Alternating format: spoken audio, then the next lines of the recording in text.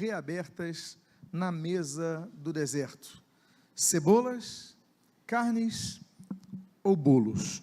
Eu convido a que você abra a sua Bíblia no livro de Números, capítulo 11. Livro de Números, capítulo 11.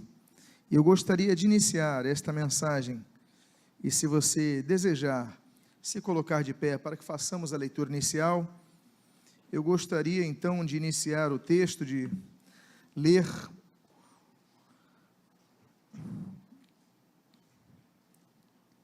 o versículo de número 35, e a Bíblia diz: de Quibrote Hataavá partiu o povo para Hazerote e ali ficou. Oremos. Deus amado, Pai bendito, lemos a Tua santa e preciosa palavra e pedimos, Deus, fala conosco nesta noite. Abençoa a nossa vida, fortalece a nossa fé e que aprendamos que no deserto não é local para reabrirmos sepulturas, mas para avançarmos a fim de que saiamos dele ilesos. O que nós pedimos, nós o fazemos agradecidos em nome de Jesus. Amém e amém. Os irmãos podem, por favor, tomar os seus assentos. Israel passava pelo deserto,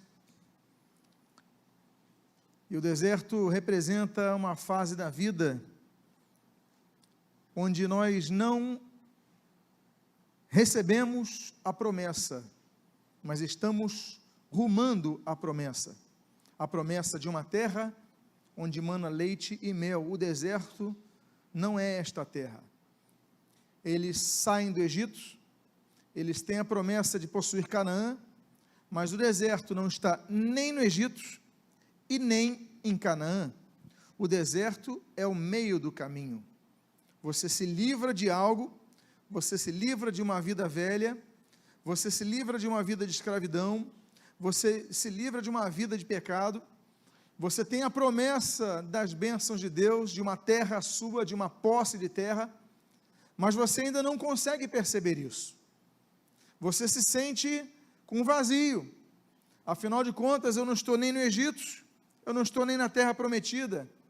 Afinal de contas, eu não tenho nem comida do Egito, nem o mel, nem os recursos que tem na terra prometida. Eu estou aqui no deserto. E nós então entramos em um conflito. Afinal de contas, por que eu saí do Egito?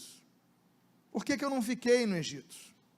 A Bíblia diz, o Senhor Jesus, Ele diz, em João capítulo número 3, vos é necessário nascer de novo.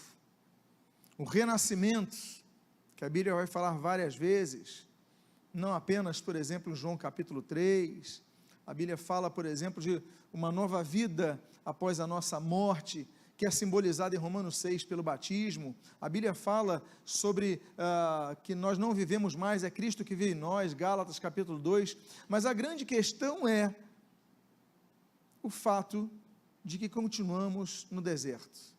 O que acontece quando estamos no deserto? E eu queria então perpassar junto aos irmãos algumas observações que abrangem essas cidades: Quibrote Hataavá, Hazerote. Dois contextos diferentes, duas realidades diferentes nesse caminho de Israel para a terra prometida.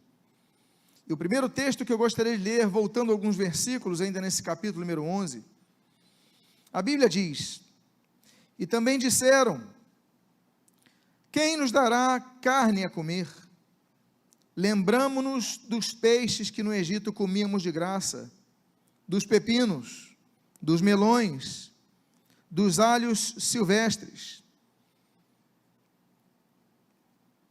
das cebolas e dos alhos. Nós somos levados a nos lembrar das coisas do passado, quando nós não percebemos as promessas chegando às nossas mãos. Nós começamos a olhar para trás e ver, será que valeu a pena sair do Egito? Será que valeu a pena eu seguir a Cristo? Será que valeu a pena eu dar esse passo de fé? Eu estar aqui congregado? Será que vale a pena esse tempo que eu dedico ao Senhor? Não era melhor eu estar no Egito, onde eu podia comer pepino, podia comer peixe, podia comer cebola, que no deserto não tem nada disso. O texto diz ainda, olha, lembramos, no Egito a gente comia de graça, como se eles comessem de graça, porque o povo era escravo, eles não comiam de graça. O preço da comida era a vida deles, era o sangue deles. Eles comiam para que tivessem forças para construir aquelas pirâmides, para construir os canais, para construir os palácios. Eles nessa hora não se lembram que eram escravos, eles nessa hora se lembram que comiam de graça. Eles não enxergam a realidade, há pessoas que não enxergam a realidade de uma vida pregressa antes de Cristo. Eles só olham as coisas das quais eles têm saudades. Eu tenho saudade das cebolas, porque eu não como mais cebola. Eu tenho saudade dos peixes, porque eu não como mais o peixe. Mas em nenhum momento eles falaram que naquela época nós éramos escravos. Naquela época nós éramos açoitados. Naquela época nós não tínhamos horário. Era começar a trabalhar e acabar de trabalhar quando o capataz dissesse, acabou, pode voltar para casa. Eles não se lembravam, eles se lembravam da cebola, do prato da comida. Eles pensavam com o estômago e não com a mente. E há momentos de nossas vidas que nós somos assim. Nós não nos lembramos de como nós éramos sem Cristo. Nós não nos lembramos da escravidão que nós vivíamos. E o texto diz, olha, nós comíamos de graça. É como se algum presidiário hoje, e tentando trazer um exemplo, talvez relativamente próximo a esse contexto, alguém que viveu a vida por 30 anos no presídio, ele sai do presídio e ele começa a pensar, poxa, aqui eu tenho que lutar pela minha comida, lá não, chegava meio-dia, eu comia aquela sopa, chegava 5 da tarde, eu comia aquele pão, e começasse a ter saudade da prisão. Muitas pessoas são assim, talvez seja esse o seu caso. O problema está em que muitas vezes estamos reclamando de situações, esperando que elas cheguem automaticamente a nós, porque o presidiário ele não faz nada, ele fica o dia inteiro esperando o prato de comida chegar, ele não trabalha por ele. Você pode ficar na sua cela o dia inteiro, você pode ficar fazendo exercício o dia inteiro, tanto faz o que você faça, a comida vai chegar agora fora da prisão. Você vai ter que lutar pelo seu pão, você vai ter que derramar o teu suor para comer o pão, conforme nós lemos ali em Gênesis capítulo 3, mas isso nós não queremos trabalhar, nós queremos um milagre pronto. Deus faz um milagre para a minha vida, Deus me dá um milagre, mas nós não queremos trabalhar pelo milagre. Deus, eu quero ganhar bem, mas você não quer estudar bem para o concurso, não quer dedicar horas, você continua acordando tarde, dormindo tarde, acordando tarde, e quer um emprego melhor, você vai para uma entrevista e chega atrasado, você não faz a sua parte, você não luta, você quer simplesmente que Deus responda a você, como se ele fosse uma máquina de refrigerante que você colocasse a nota, e se o refrigerante não descer, você começa a socar aquela máquina. É como se Deus fosse o seu servo, é como se Deus fosse o seu empregado, é como se Deus fosse obrigado a te responder, e aí você começa a reclamar, e a Bíblia diz, nos lembramos que nós comíamos de graça no Egito, e a grande questão, meus amados, é que eles se esquecem, que eles estão no deserto, mas Deus está suprindo eles com maná. Se esqueceram disso. Desertos todos nós passamos, Israel passa por 7 desertos antes de entrar na terra prometida, não foi apenas um, não foi sair do Egito e entrar na terra prometida, Israel passou pelo exército de Sim, exército de Zin, exército de Sur, exército de Abarim, exército de Arnon, exército de Parã, exército do Sinai. Foram 7 desertos que Israel passa antes de entrar na terra prometida e depois encarar um outro deserto que é o da Judéia. Deserto nós passamos, não é apenas um, são 7, significa um ciclo completo.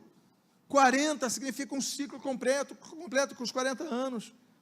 Mas em todos os momentos, a Bíblia diz que Deus derramou sobre esse povo o seu maná. E como é que começa esse problema?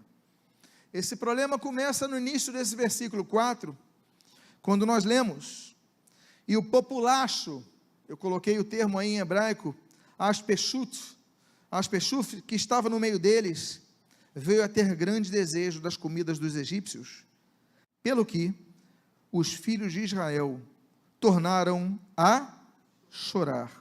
Os filhos de Israel tornaram a chorar.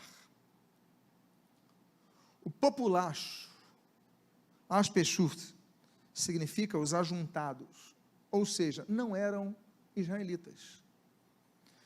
Quando Israel sai do Egito, não saem apenas israelitas, saem os ajuntados, os que se ajuntaram, as pessoas que não tinham perspectivas de vida no Egito, talvez escravos de outros povos, talvez desempregados, talvez outras pessoas que estavam ali falando: bom, tem uma perspectiva melhor, esse povo está indo, está levando ouro, está levando uma estrutura, tem uma liderança, Deus mostrou 10 pragas no Egito, eu quero estar junto com esse Deus.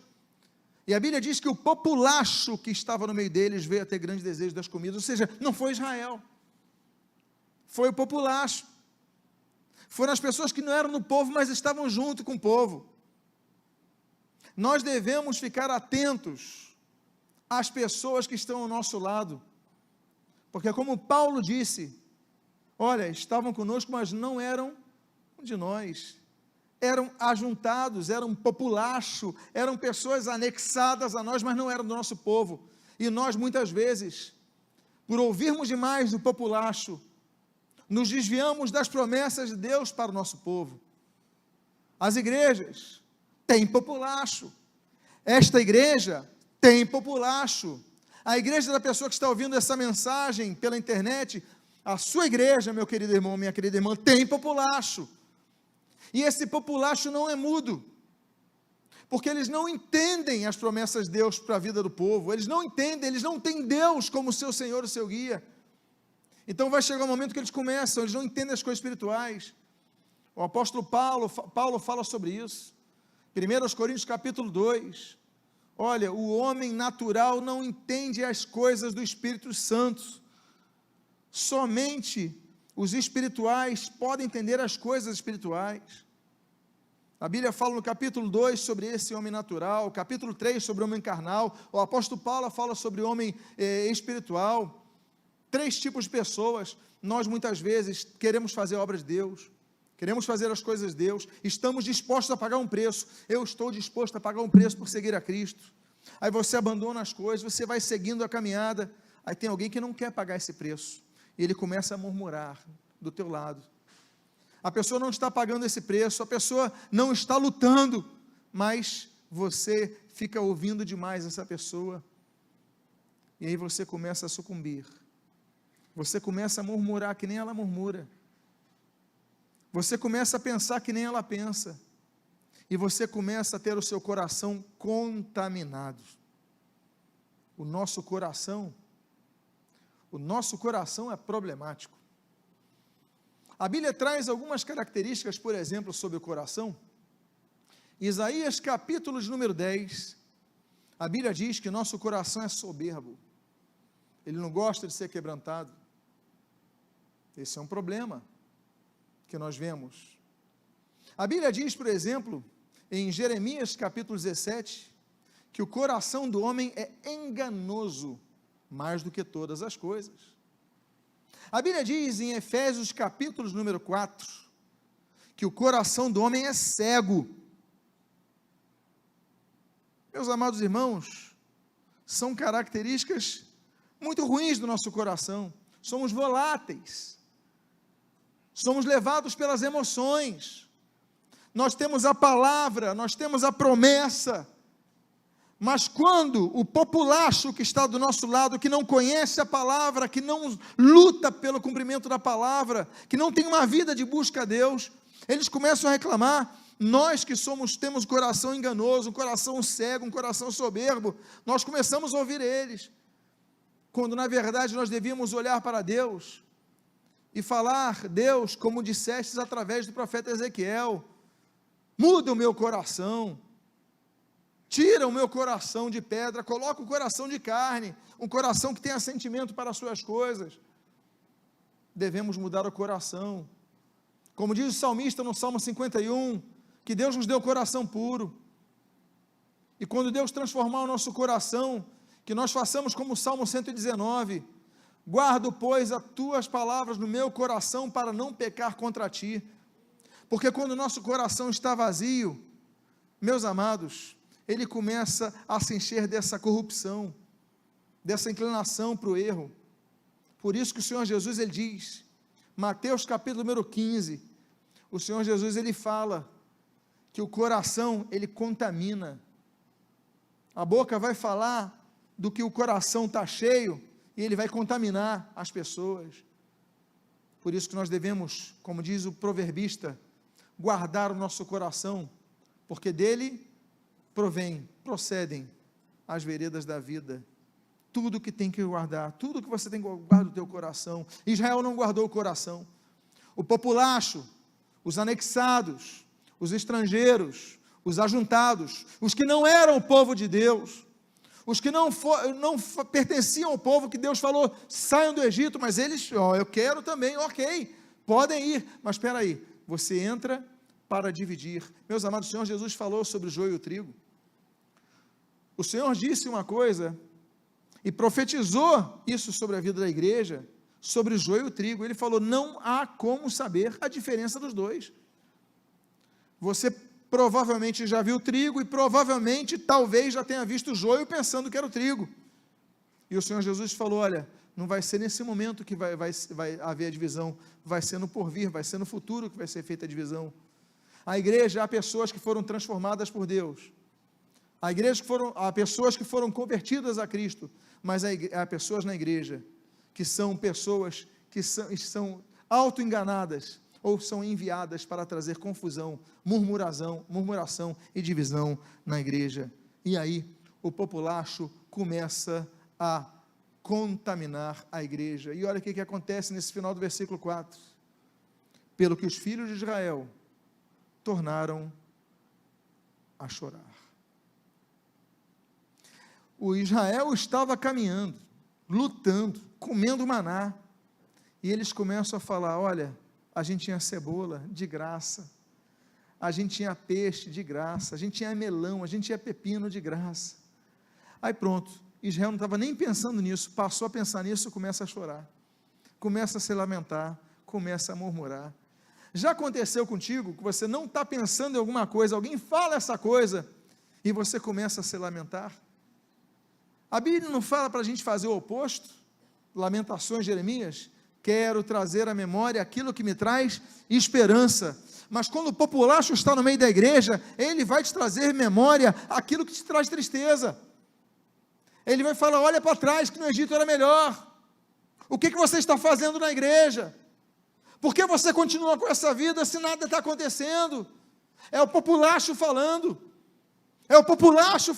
que está na tua casa, na tua família, no teu trabalho, entre os teus amigos. E diz a Bíblia, Israel torna a chorar, Israel chora, eles são afetados, eles são contaminados, e nós temos então um problema muito sério, porque o problema não é quando a murmuração começa a invadir o nosso coração, o problema é como nós reagimos a isso, se nós abrigamos no nosso coração, ou se não. João Calvino, um grande reformador, ele começou a usar um cap na catedral de Genebra, e as pessoas perguntavam, mas por que ele usa o cap no meio da catedral se não faz sol? E depois ele respondeu, não, é por causa dos pássaros que ficam aqui nas vigas. E aproveitando então esse contexto, há uma ilustração muito importante. O problema não é quando os pássaros atingem a tua cabeça com os seus restos, porque pode acontecer com todos. O problema é se você deixa o pássaro fazer um ninho na tua cabeça. Aí está um problema. Como você reage ao que vem à sua mente? Como você reage ao que vem ao seu coração? Como você reage nessa contaminação que está avançando ao teu coração? Israel tornou a chorar. Israel foi atingido.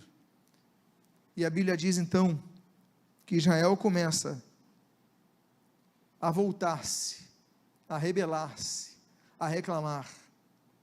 A Bíblia diz, no versículo número 6, agora, porém, seca-se a nossa alma, e nenhuma coisa vemos, senão este maná. Foi só eles falarem das cebolas do Egito, que eles passam a olhar para o maná e falar, o maná não tem mais graça. Até alguém falar da cebola do Egito, e da comida, abre aspas, de graça, eles não reclamaram do maná, o maná estava bom, o maná o sustentou no deserto, o maná caía diariamente sustentando o povo, eles se alegravam com o maná, eles almejavam o maná, mas foi só o populacho falar, olha, mas lá no Egito era melhor. Aí você começa a falar, a minha alma está seca, eu não tenho mais alegria, nenhuma coisa vemos, senão esse maná, essa coisa enjoada, repetitiva. Você começa a perder o prazer naquilo que é mais importante. Você não tem mais prazer na leitura da palavra, você não tem mais prazer nos fundamentos, na leitura da palavra, Deuteronômio 6, a oração, Mateus 6, a perseverança, Apocalipse 3, tantas coisas, você perde aqueles fundamentos da vida de Mateus 7, de 24 a 27, você já perde, você já não tem mais, perdeu o gosto, perdeu o sabor, você não quer mais congregar, Hebreus capítulo 10, você perde isso, porque você foi contaminado. Antes você tinha prazer, hoje você não tem mais. Você tinha alegria, você não tem mais. Aí você abre aspas e fala, olha, nenhuma coisa vemos, senão esse maná. Se esqueceram que o maná sustentava eles todos os dias. Qual o problema? Bom, o Espírito Santo, através do apóstolo gentio, já disse em 1 Coríntios, capítulo número 15, versículo 33, que as más companhias corrompem os bons costumes. Você se cerca de pessoas que não conhecem a Deus, que não buscam a Deus, que não temem a Deus e que relativizam tudo. Eles até concordam, olha que louvor bonito, que igreja bonita, que pregação bonita, mas não tem uma vida de busca com Deus, ou seja, eles te enganam, porque quando eles não criticam abertamente, você aceita eles entrar no seu coração, e daqui a pouco você está como eles, até vai na igreja, até ora antes de uma prova, de uma entrevista de emprego, mas não tem uma busca com Deus, porque perdeu, nada vemos, temos esse maná, vou comer esse maná de qualquer maneira, eu vou na igreja de qualquer maneira, eu vou ler uma Bíblia, vou fazer uma oração de qualquer maneira, você não tem mais fé, e sem fé, Hebreus capítulo 11, versículo 6, é impossível, não é improvável, é impossível agradar a Deus. A minha alma está seca, está mesmo. Se tem uma verdade que esse povo vai falar, é que a alma deles está seca, está mesmo, porque você parou de buscar, você foi contaminado pelo populacho, o populacho que te segue no teu trabalho, o populacho que te segue nas suas amizades, e como eu citei aqui, o texto de 1 Coríntios 15, as más companhias, e o texto trabalha muito a questão das conversações, corrompem os bons costumes, você vai sendo corrompido. Eu digo uma coisa, quem já viu o ferro corrompido, enferrujado, ele fica enferrujado da noite para o dia? Você já viu o ferro, por exemplo, que pegou a maresia? O ferro estava limpinho, lisinho, brilhoso, e no dia seguinte já estava todo avermelhado, é assim que acontece? Não, existe um processo chamado processo de corrosão, ele vai sendo corrompido, isso não é rápido, isso é paulatino, é passo a passo, vai, e se você não fizer alguma coisa, daqui a pouco, esse ferro despenca, e aí você não tem mais nada, além de reclamar do maná. Aí o que Deus faz?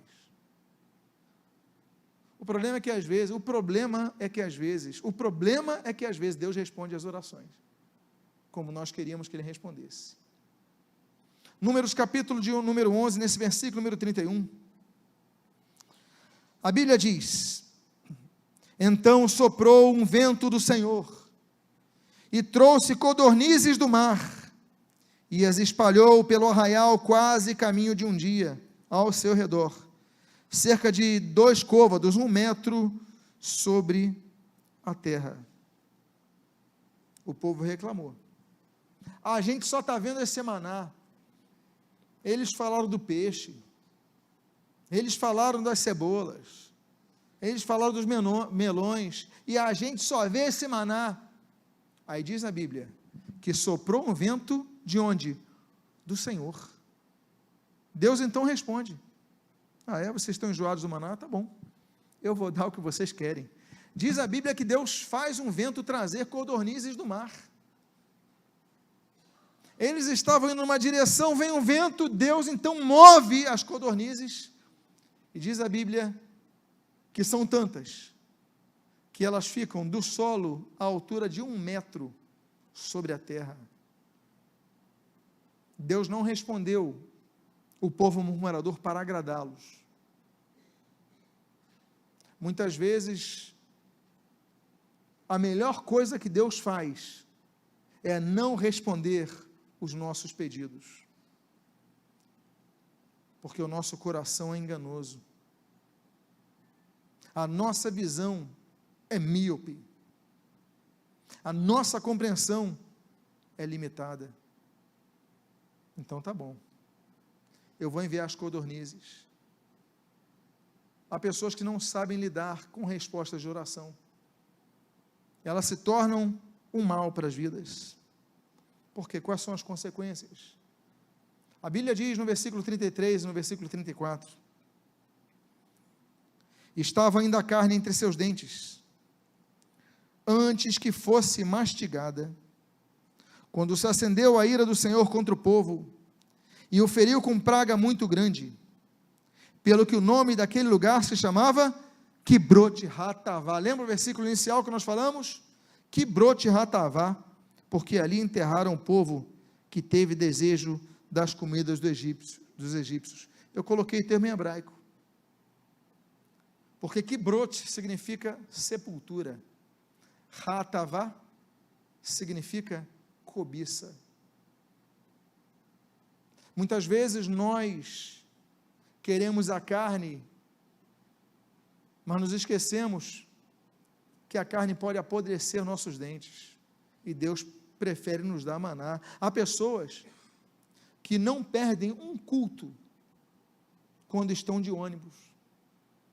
Aí pedem: Deus, me dá um carro, preciso de um carro, quero um carro. Deus dá um carro. Primeiro dia de sol, domingo de manhã, você deixa de ir na igreja, está na praia. Aí você deixa de ir na igreja porque ganhou o carro, porque você foi abençoado. É bênção a resposta de Deus, que Deus deu o que você queria ou não? Às vezes Deus dá um emprego, às vezes Deus te dá uma capacidade, às vezes Deus dá tantas coisas, que você, antes de ter o que você tem hoje, você era um crente fiel ao Senhor, agora não é mais. Você, quando estava desempregado, você não perdia um culto, orava, buscava o Senhor, agora você prosperou, agora você tem o seu negócio, agora você não depende de ninguém, de favor de ninguém, abre aspas, e pensa que nem depende mais de Deus, por isso você nem ora mais pedindo. Você perde o fervor na sua oração, porque quando você precisava do dinheiro para fazer as compras, para colocar algo na sua geladeira, você orava e chorava.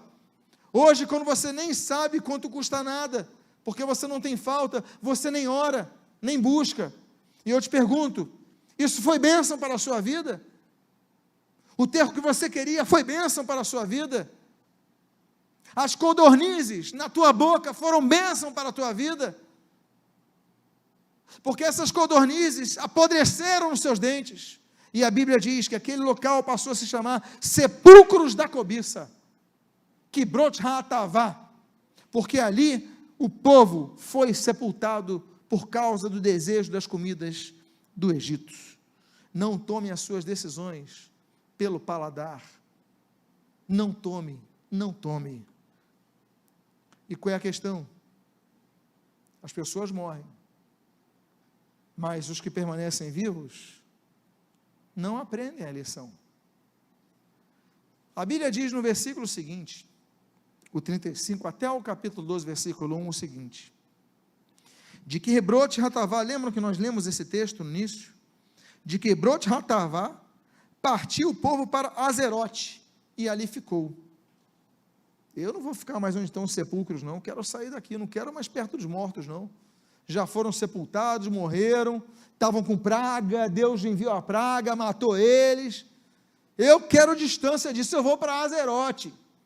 E a Bíblia diz, e ali ficou, e continua o texto dizendo: falaram Miriam e Arão contra Moisés, por causa da mulher cuxita que tomara, pois tinha tomado mulher cuxita de Cush, uma região da África. E a Bíblia diz, e disseram, porventura tem falado o Senhor somente por Moisés? Não tem falado por nós também? Quando as pessoas começam a questionar a Deus, quando as pessoas perdem o temor a Deus, elas percebem que pessoas foram julgadas, mas elas não, elas continuam vivas. Há muitos que não aprendem com o erro dos outros. Há uma frase que diz que o inteligente aprende com seus próprios erros, mas o sábio aprende com os erros dos outros. Faltou sabedoria a Israel. Eles passam de Quebrot Hatavá, eles chegam a Azerote, e os dois irmãos de Moisés, vem cá, que história é essa ele casar com uma africana? Que história é essa? De cuxita, porque ele era casado com uma egípcia lá no Egito, agora ele está aí, é africana, mas só que os cuxitas, e aí provavelmente entra a questão racial, porque Cush é uma região onde as pessoas são mais morenas na sua pele. Que história é essa de ele casar com uma cuxita? E aí entra o preconceito, mas a questão é que não ficou nesse preconceito, a questão é que o texto diz, pois tinha tomado mulher cuxita, e disseram, porventura tem falado o Senhor somente a Moisés, não só por nós, não também por nós somos irmãos mais velhos que Moisés. Miriam, talvez lembrando como ela acompanhava aquele barquinho de junco, que ia pelo Nilo, Moisés bebezinho, Arão, com a sua experiência, Deus não tem falado através de nós também, só pode falar por ele. Eles começam a misturar as coisas, por quê? Porque perderam o temor. Quando você perde o temor, aquela murmuração que você ouvia e permitia, agora você faz à luz do dia, você não tem mais temor, você não tem mais uma vida de temor, e a Bíblia diz que o temor ao Senhor é o princípio da sabedoria. Você perde a sabedoria, muda o seu endereço, os problemas permanecem, e o problema é que esses problemas começam a nos prender, a nos escravizar, a nos acorrentar. Há um texto que diz em 2 Pedro, capítulo 1, versículo 4, livrando-nos da corrupção das paixões que há no mundo. O texto ali, apofeigo, significa livrar-se no sentido de quebrar as correntes. Por quê? Porque a corrupção das paixões que há no mundo, ela vai nos atraindo, vai nos acorrentando.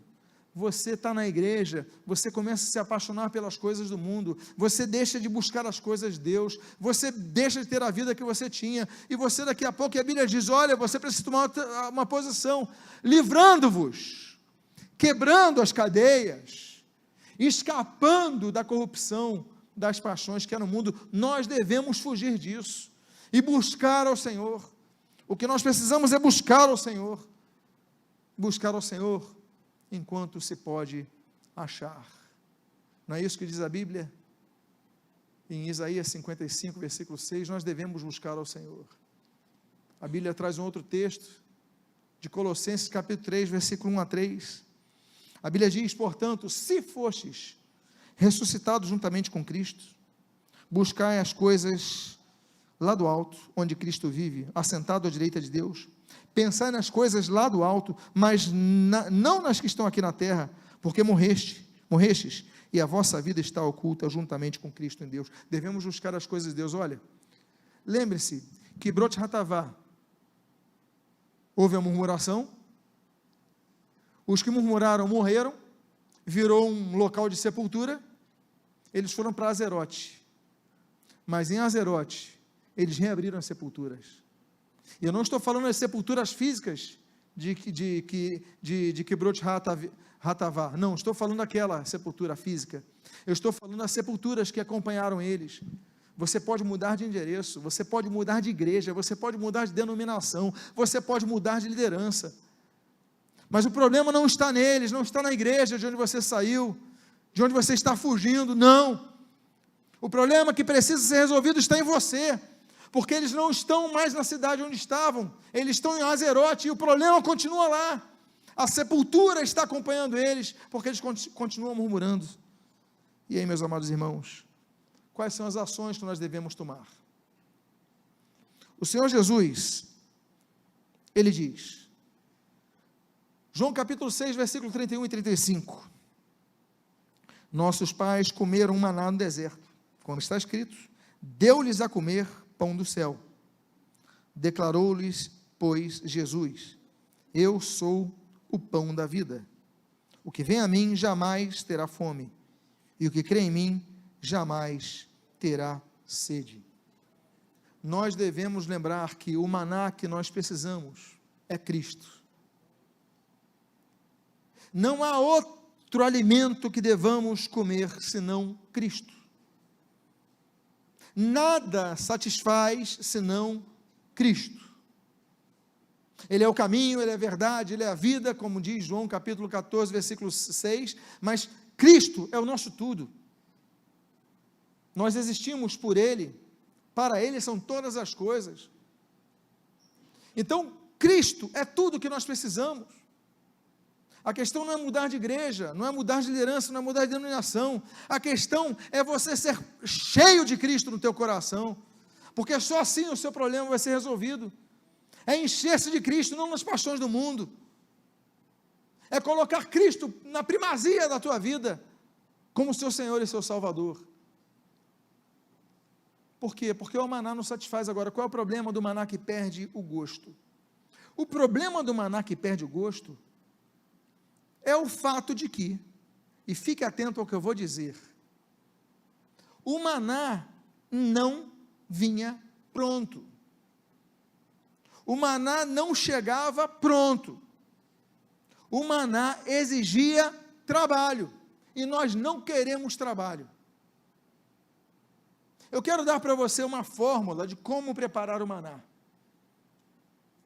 E a fórmula está nesse capítulo de número 11, versículo número 8. A resposta está nesse versículo. E a Bíblia diz, espalhava-se o povo e o colhia. Espalhava-se o povo e o colhia. Eu acho muito interessante dois termos aqui. Dois verbos que são anunciados nessa frase.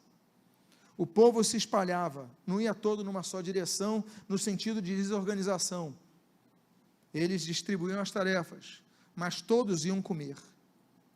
Todos nós precisamos comer o maná.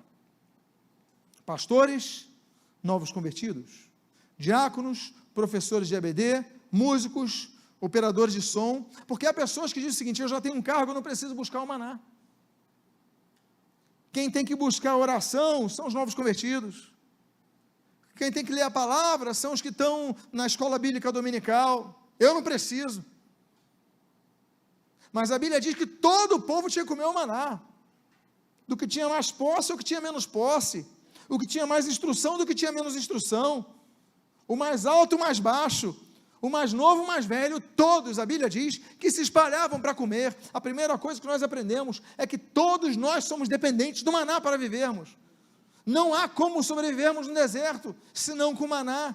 Deus colocou algo naquele maná, que nós não sabemos, nós sabemos o que a Bíblia conta sobre o maná, mas tem algum fator, alguma fórmula especial, que fazia com que aquele povo tivesse todos os suprimentos naquele maná. Os suprimentos proteicos, calóricos e etc. Tanto é que o povo sobreviveu no deserto. Agora, o segundo verbo que nós vemos aqui, é que o povo não apenas se espalhava, mas o colhia. Mas o colhia. A Bíblia diz em 1 Crônicas capítulo 16, que nós devemos buscar ao Senhor, continuamente ao seu poder. É contínua a busca do poder de Deus. Não é apenas quando há uma enfermidade na família, não é apenas quando há um momento difícil, devemos buscar o poder de Deus todos os dias da nossa vida. Há um segundo texto, Amós 5,6, buscai ao Senhor e vivei. A vida está quando buscamos ao Senhor. Por que a Bíblia diz buscar o Senhor e viver? Porque ele está dizendo o seguinte, olha, se você não buscar, você não vai viver. O maná está caindo, se você não for buscar o maná, você não vai viver. O alimento está sendo oferecido, se você não buscar o alimento, você não vai viver. Então nós devemos, quando o maná cai, nós devemos, todos, buscar e colher o maná. Deus não jogou o maná na boca de ninguém, mas o povo tinha que colher o maná. Agora, não era só comer, não. Uma segunda lição que nós aprendemos de como fazer o maná, está na continuação desse versículo 8, em amarelo. A Bíblia diz, e em moinhos o moía, ou num graal o pisava. Aquela ideia que chega o maná já prontinho, e você só vai abrindo a boca, colocando num prato, não é o bíblico, porque a Bíblia diz que você primeiro colhe, depois você coloca nos moinhos. Imagina construir moinhos no deserto, imagina construir graais no deserto, para você pisar. Meus amados, o que é pisar? O que é moer? O que é socar? É você se esforçar. O Senhor Jesus fala, o reino de Deus é tomado por quê? Por esforço. Você tem que se esforçar. Olha, eu estou com maná, mas eu tenho que agora bater, triturar ele. Eu tenho que fazer com que ele vire farinha. Eu tenho que me esforçar. Não adianta você vir na igreja domingo, você vem na igreja segunda, terça, quarta, vem todos os dias.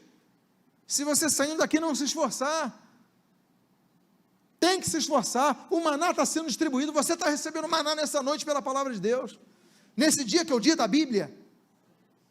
Agora a questão é o que você vai fazer com esse maná na segunda-feira. Você talvez durma com o impacto dessa palavra, mas a questão é, o que restará desse impacto, se você apenas receber isso nas suas emoções, isso não transformar a sua vida. O maná foi oferecido para nutrir o povo, e não apenas para o povo ver caindo do céu o milagre. Eles tinham que colher, eles tinham que colocar nos moinhos, moê-lo, pisar nele. E a Bíblia traz uma terceira lição. A Bíblia diz, e em panelas o cozia, colocar em panela. A panela tem uma representação muito interessante, que na panela é preparado o alimento. Eles não apenas socavam, pisavam, faziam aquele pão que descia do céu, farinhado, mas a Bíblia diz que eles colocavam na panela. Ele começava a esquentar, e mexer, e dar forma. Eles pegavam aqueles vários manás que eles pegavam aqui e começavam a unir e preparar algo, unidade na igreja. Nós devemos lutar sempre pela unidade da igreja. Não é esse o problema que nós vimos, não só em Kibrot Hatavá, mas nós vimos onde estava o povo, Azerote. O problema permanecia. Deus não fala só fala com Moisés, não fala também conosco. E nós vemos o problema que isso vai gerar naquela família. Por quê? Porque faltou estarem todos dentro de uma panela. Eu não estou falando do termo panela no sentido negativo de panelinha, estou falando do local onde nós estamos juntos, nos fortalecendo, nos unindo as nossas características, unindo nossos dons espirituais, nossos talentos. Igreja é isso, é local de unidade. 1 Pedro 4,11 fala sobre isso. E aqui a gente vai unindo, vai mesclando os dons que nós temos, a multiforme sabedoria de Deus, que Deus vai espalhando, o que Ele tem eu não tenho, o que eu tenho Ele não tem, o que Ele tem ela não tem, e aí a gente vai unindo e vai fortalecendo, e aí nós aprendemos que o maná não vem pronto, precisamos ir até Ele, colhê-lo, socá-lo, fazer dele farinha, colocar em panela. Mas a Bíblia traz uma quarta lição, sobre como fazermos o maná. A Bíblia diz: em panelas o cozia. Em panelas o cozia. Amados irmãos, como se coze um alimento numa panela? Se precisa de uma coisa. Debaixo da panela tem que ter o quê? Fogo. E dentro da panela? Água. Como tem água no deserto? Através dos poços. Deus vai dando direção, no deserto a gente vai se nutrindo. Mas aquela água não é apenas para comer, é para misturar com o maná. O que Deus nos dá, a gente vai acrescentando. E nos dá de um lado, nos dá de outro, a gente vai unindo e vai juntando. É a palavra disso. É o que Deus fala na tua leitura da Bíblia, na sua casa. É o corinho que você canta. É a rádio cristã que você ouve, uma canção. É uma mensagem de um vizinho que fala e você fala, Deus está respondendo. É o chefe no emprego. É uma leitura de algo no jornal e Deus vai acrescentando coisas para a sua vida. Aí você pega tudo isso, coloca na panela, mas falta uma coisa. Você precisa do fogo. A Bíblia começa a mostrar o fogo em várias ocasiões. Gênesis capítulo 3, por exemplo, nós temos ali os querubins com aquela espada flamejante de fogo, quando fecham o Éden. Aí nós temos, Gênesis capítulo 19, aquela tempestade de fogo que vai cair sobre Sodoma e Gomorra, fogo do céu consumindo aquele local. Aí você vai para Êxodo capítulo 3, nós vemos ali Moisés, e de repente ele vê uma sarça que se arde em fogo, mas não queima a sua planta. Aí você vai para, por exemplo, o Monte Sinai, Êxodo capítulo 19, quando a Bíblia diz que ali caíam raios e fogo naquele monte, onde estava a presença de Deus. Aí você vai para Êxodo capítulo 13, onde o povo é guiado por uma coluna de fumaça durante o dia, mas uma coluna de fogo durante a noite. A gente vai vendo o fogo na Bíblia sendo destacado, até mesmo no altar de Elias, quando ele clama ao Senhor, 1 Reis capítulo 18, desce fogo do céu e consome aquele altar. Mas o fogo que nós precisamos, para que venha a trazer os elementos que precisam para fazer aquele bolo do maná, é o fogo do Espírito de Deus. É aquele fogo que se percebe, se nota, se vê, se sente, distribuído entre os 120 que estavam naquela sala, é o fogo do Espírito Santo de Deus. Há muitas igrejas que têm a palavra, mas não têm o Espírito. Há muitas religiões que se dizem pautadas na palavra de Deus, mas o Espírito Santo não tem liberdade. É Ele que vai cozer, é Ele que vai dar o gosto, é Ele que vai dar o que nós precisamos para aquilo não ficar apenas uma papa na água, mas ganhar forma. Precisamos do fogo de Deus. Agora você pensa que o maná já está pronto? Não. A Bíblia diz, e dele fazia o quê? E dele fazia bolos. E dele fazia bolos. Quando Deus manda o povo de Israel sair do Egito, Deus dá uma instrução, porque nós conhecemos a saída de Israel, e ali mata o cordeiro, coloca ali o sangue no umbral, passam a Pêssar, nem a Páscoa, saem do Egito, mas Deus dá uma instrução, não é só para sair do Egito, a Bíblia diz, vocês vão fazer bolo dos pães asmos. O bolo já aparece na Bíblia, aqui no início dos pães asmos. Quando nós vamos para a oferta de manjares, o sacerdócio levítico fazia 5 ofertas para o povo, a oferta de holocausto, que é mais conhecida, a oferta pela culpa, a oferta pelo pecado, a oferta pacífica e a oferta de manjares. Levítico fala sobre elas. A oferta de manjares era feita com bolo. Quando nós vemos Gideão servindo o anjo do Senhor, a Bíblia diz que Gideão prepara um bolo. O que é o bolo? O que significa o bolo? Aliás, o bolo significa comemoração, não é isso? Para nós, para a nossa sociedade. Aí nos lembramos de onde começa isso, 1 Crônicas, capítulo 16. A Bíblia diz que quando a arca do Senhor, que é recuperada por Israel, após ficar 7 meses com os filisteus, ficar 20 anos lá, na casa de Abinadab, quando ela regressa a Jerusalém, a Bíblia diz que Davi vem cantando, vem dançando, vem se alegrando, e a Bíblia diz que Davi distribui um pedaço de bolo para cada um dos que estavam ali, comemoram. Aí a comemoração do bolo, aí a nossa base de origem do bolo nos aniversários, comemoremos, distribuamos bolo a todos, porque a arca do Senhor está em nosso meio. Bolo representa não apenas alegria e comemoração, mas bolo é algo que recebe uma forma. Bolo representa identidade. Nós temos a nossa identidade como povo de Deus. Nós temos que preservar a nossa identidade. Temos que ter forma de bolo. Temos que ser uma forma de uma comida que está pronta, porque o bolo também representa o alimento que está pronto. Talvez já tenha acontecido até contigo, de comer um bolo, chega num bolo, o bolo está pronto, você vai comer, está cru, já pode ter acontecido, mas normalmente, para você dar o acabamento, é porque a parte interna já está o quê?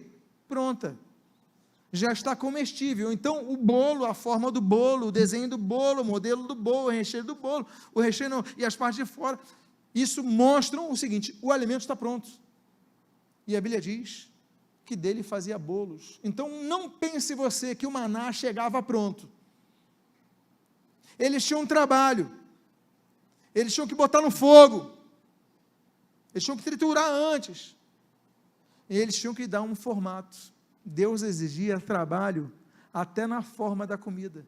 Eu não vou distribuir a comida de qualquer maneira, eu vou dar uma forma a ela. E aí, meus amados, nós temos a nossa identidade. Mas a Bíblia continua dizendo o seguinte: e o seu sabor, e o seu sabor. Qual era o sabor do bolo? A Bíblia diz no outro texto, em Êxodo capítulo 16, versículo 31, o seguinte: deu-lhe a casa de Israel o nome de maná, era como semente de coentro branco, e de sabor como bolos de mel.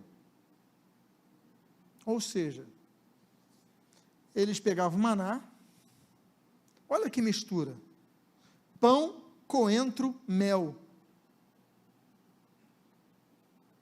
o salgado, aquele detalhe do gosto, e o doce, tudo num alimento só, que é feito no deserto.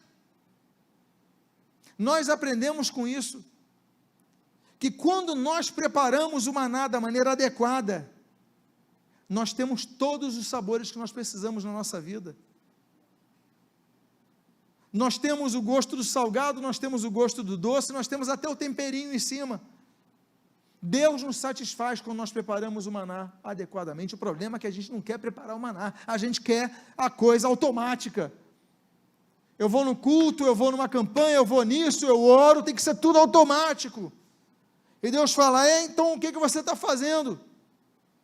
Está esperando, está comendo maná cru, por isso que você está reclamando da cebola do Egito.